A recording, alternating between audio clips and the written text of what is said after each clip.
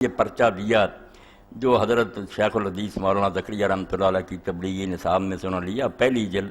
اب شیخ الحدیث نے وہ سارے انہوں نے دیے ہیں حوالے بھی باقاعدہ فوٹو سٹیٹ، بہت ساری روایتیں لکھ دی ہیں جب ان دنوں میں مشہور ہو جاتی ہیں۔ قاضی صاحب بھی بیان کرتے ہیں اور لوگ بھی بیان کرتے ہیں کہ رسول کریم علیہ السلام کا پیشاب فلاں نے پی لیا، آپ کا خون فلاں نے پی لیا، آپ نے یہ بشارت دی کہ بس اب درد نہیں ہوگی، اب تیرے لیے جنت واجب ہوگی۔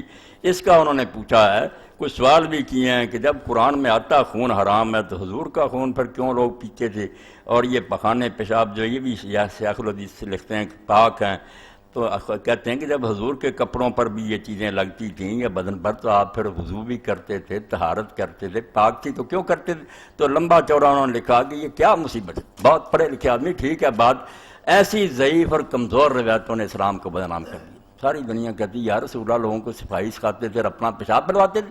تو اس بارے میں زیادہ نہیں بحث کروں گا، یہ میرے پاس مولانا اشرف علی تھانوی کی آخری تصنیف ہے جو انہوں نے اپنے لوگوں سے کہا کہ میری کتابوں میں جو نچوڑ ہے نا، قیمتی نقطے تصوف کے، فقہ کے، حدیث کے، تفسیر کے، وہ لکھ دو۔ یہ پھر بوادر النوادر لکھی گئی، بہت چھوٹی کی بات چیز ہے اور علم رکھنے والے بچوں کو اور استادوں کو تو پڑھنی چاہیے۔ تو اس میں مولانا نے پھر یہ 391 سے لے کر اور 393 تک 12واں نادرہ طہارت بول و براز حضرات انبیاء علیہ السلام اس پر لکھا۔ تو فرمایا کہ بھئی اس بارے میں کوئی روایت صحیح نہیں ہے، بالکل یہ ضعیف ہے۔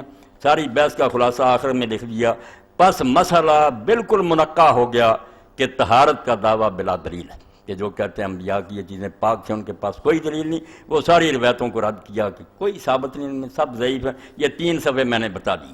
اور دوسری کتاب یہ التلخیص الحبیر فی شرح احادیث رافع الکبیر، یہ حافظ بن حجر اسقلانی کی ہے، انہوں نے لکھی پہلی جلد 30 سے لے کر 31 صفحے تک۔ یہ جتنی دیں گے نا رسالوں میں کہ ابن زبیر نے پیا پھر سب دے دی، ایک ایک پہ بحث کی ہے کہ یہ راوی جھوٹے ہیں، یہ بھی میں نے حوالہ دے دیا 30 اور 31 صفحے پہلی جلد کے التلخیص الحبیر ابن حجر۔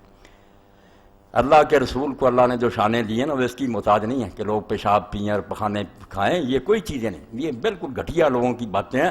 اللہ کے رسول کو جو قدر و منزلت ملی ہے، لم یخلق الرحمن مثل محمد وظنی انہ لا یخلق ابدا، یقین اور ایمان تو ہمارا یہ ہے کہ نہ آپ جیسا اللہ نے پیدا کیا اور نہ کرے گا، نہ رخ مصطفیٰ وہ آئینہ کے نہ اب ایسا دوسرا آئینہ، نہ ہماری چشم خیال میں نہ دکان آئینہ ساتھ بنا دیا جو بنانا تھا۔ شان قرآن حدیث برا، مگر آپ جھوٹ کا سہارا کیوں لیتے ہیں؟ جو چیزیں ثابت نہیں ان کا ذکر نہ کریں۔ اب